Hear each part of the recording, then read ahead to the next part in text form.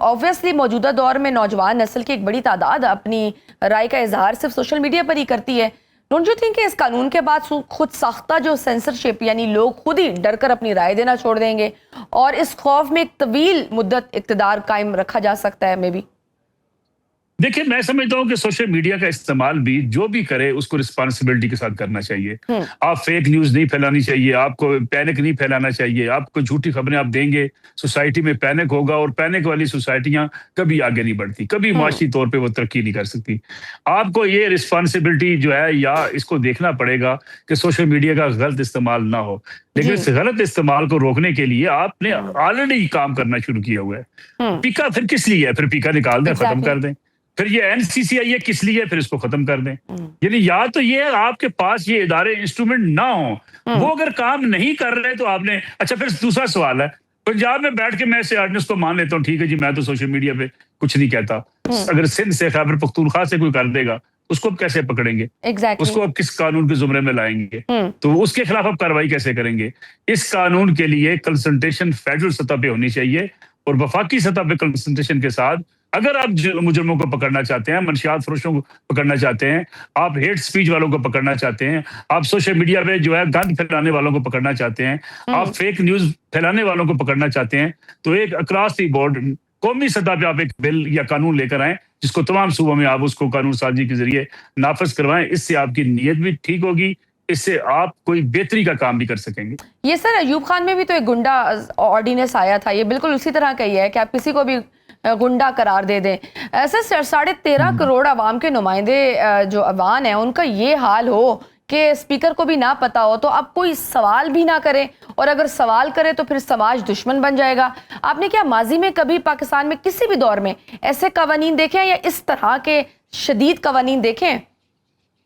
میرے خیال میں یہ بڑی جلد بازی میں اس قسم کے قوانین کام ہی بنے ہیں، اور پتہ نہیں گھبراہٹ کس بات کی ہے. مجھے تو یہ لگتا ہے یہ ہے کہ کسی دن اس اسمبلی سے بل منظور کرنے والے رکن اسمبلی کو بھی کمشنر صاحب کہہ دیں گے کہ آپ جو ہے اینٹی سوشل ہیں، آپ کا بیہیویئر درست نہیں ہے، لہٰذا آپ اس زمرے میں آتے ہیں. تو یہ سوچنا پڑے گا ان اراکین اسمبلی کو، یہ جو تلوار آپ دوسروں کے لیے لٹکا رہے ہیں یہ آپ کا گلا بھی کاٹے گی. تو سر آپ کو لگ رہا ہے کہ یہ گھبراہٹ میں کر رہے ہیں؟ کیسی گھبراہٹ سر؟ حکومت تو بڑی کمفرٹیبل ہے، وہ تو کہتی ہے کہ بھائی ہمارے پہ تو کوئی پریشر بھی نہیں ہے، ہم بڑے فٹ جا رہے ہیں. دیکھیں شجیہ، ایشوز ہیں آپ کی سوسائٹی کے. ایشوز کیا ہیں؟ ایشوز ہیں فیک نیوز کے.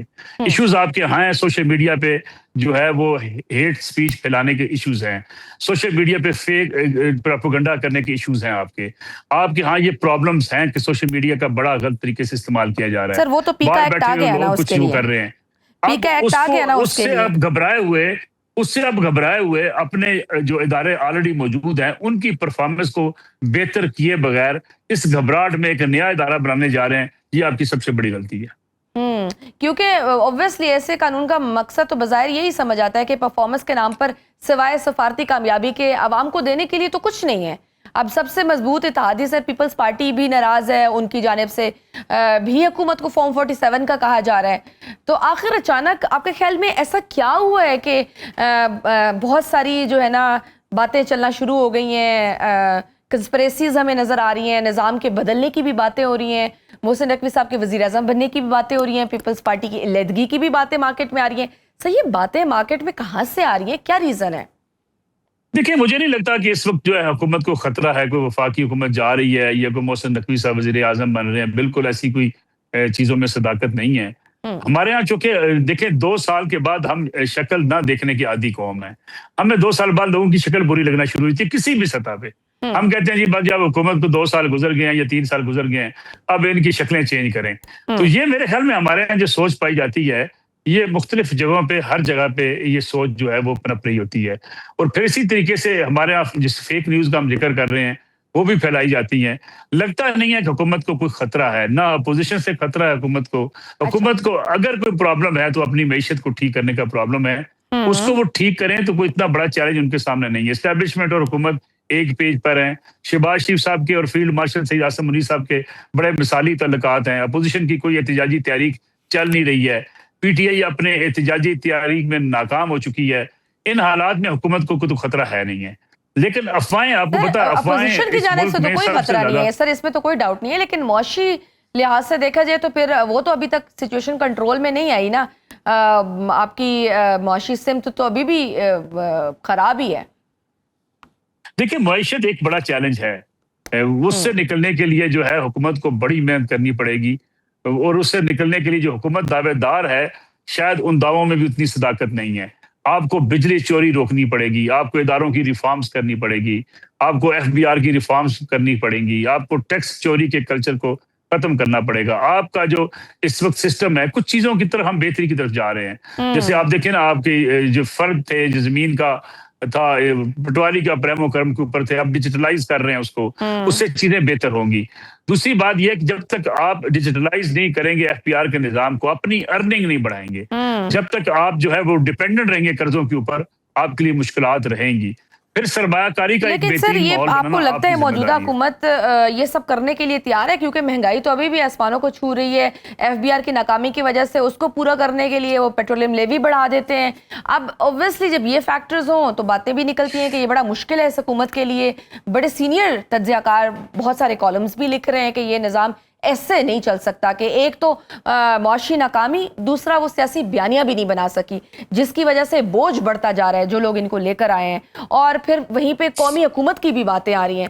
تو آپ کچھ دیکھ رہے ہیں اس طرح کا کہ شاید یہی رہتے ہوئے نظام تھوڑا بدل جائے, نیشنل گورنمنٹ کی طرف شاید یہ اشارے جا رہے ہیں؟ دیکھیں قومی حکومت ابھی بھی موجود ہے. آپ مجھے بتائیے قومی حکومت میں اگر کوئی شامل نہیں ہے تو وہ پاکستان تحریک انصاف نہیں ہے.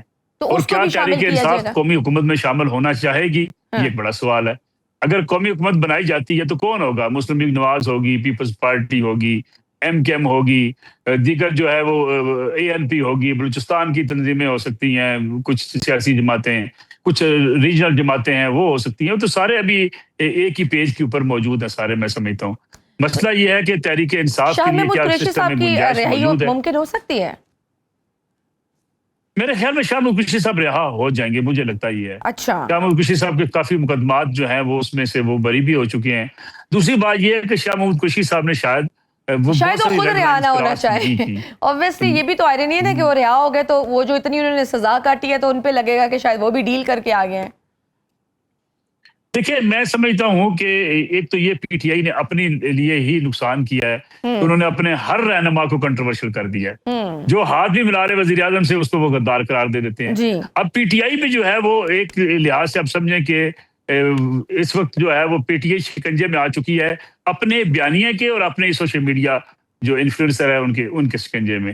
اب وہ اگر کوئی کہیں ڈائلاگ کی بات بھی کرتے ہیں تو اپنے لوگ ان کو گالیاں دیتے ہیں. اب بات چیت بھی کرتے ہیں تو لوگ ان کو برا بلا کہنا شروع کرتے ہیں. سیاست میں بات چیت بھی ہوتی ہے, ڈائلاگ بھی ہوتا ہے, اور سیاست میں بچ نکلنا کامیابی ہوتی ہے. یہ جو پاکستان تحریک انصاف کو کچھ لوگوں نے غلط پٹی بڑھا دی ہے نا جی کہ وہ ڈٹ کے کھڑا رہے گا, بھائی ڈٹ کے کھڑا کوئی رہے گا تو پھانسی چڑھ جائے گا, تو آپ کو کیا حاصل ہوگا؟ میدان میں واپس آنے کے لیے آپ کا زندہ رہنا ضروری ہوتا ہے. تو سر یہ جو مذاکرات کی باتیں چل رہی ہیں کہ آئیں, پرائم منسٹر صاحب بھی خود گئے, انہوں نے دوبارہ دعوت بھی دی, بیرسٹر سیف کے ذریعے عمران خان صاحب سے ملاقات کی افواہیں بھی ہمارے سامنے آئیں کہ بشرا بی بی کو بیرسٹر گور کے پیغام کی جی خبریں ملی ہیں. ان تمام معاملات کو کیا ہم صرف سوشل میڈیا کی زیر گردش باتیں سمجھیں, یا حقیقت میں پس پردہ واقعی کچھ تھوڑی بہت نرمی ہوئی ہے, کوئی بات چیت ہو رہی ہے؟ دیکھیے بات چیت تو ہر دور میں ہوتی رہی ہے, یہ نہیں کہ بات چیت کے دروازے کی ڈائریکٹ بات چیت اسٹیبلشمنٹ کی اور PTI کی ابھی تک نہیں ہوئی. دیکھیں درمیان میں علی امین گنڈا پور صاحب اپنا ایک کردار ادا کر رہے تھے, پھر بیرسٹر سیف صاحب ایک کردار ادا کرتے رہے. آپ کو یاد ہوگا آزم سواتی صاحب صبح ملنے چلے گئے تھے عمران خان صاحب کے ساتھ, اور یہ لوگ ناراض بھی ہیں پاکستان تحریک انصاف کی قیادت سے کہ ہم معاملات کو سلجھا رہے تھے, آپ نے ہمیں سلجھا دیں کہ ہمیں غدار قرار دے دیا گیا. تحریک انصاف کے اندر جو لوگ کچھ لوگ ایسے ہیں جو سمجھتے ہیں کہ جی عمران خان صاحب کی بات چیت ہی نہیں ہونی چاہیے. اب کچھ لوگ اس پہ کہتے ہیں جی ان کی دکانداری چلتی ہے یا خان صاحب جیل میں ہوں, کچھ لوگ کہتے ہیں نہیں ان کو اس بات کی سمجھ بوجھ نہیں ہے, وہ سمجھتے ہیں عمران خان صاحب جیل میں ہیں تو پاپولر ہیں, باہر آئیں گے 1-2 سال سیاست کریں گے, جلسے کریں گے, یہ پاپولیرٹی اور جو ہمدردی کا ووٹ ہے یہ کم ہوگا. یہ لوگوں کی رائے پائی جاتی ہے.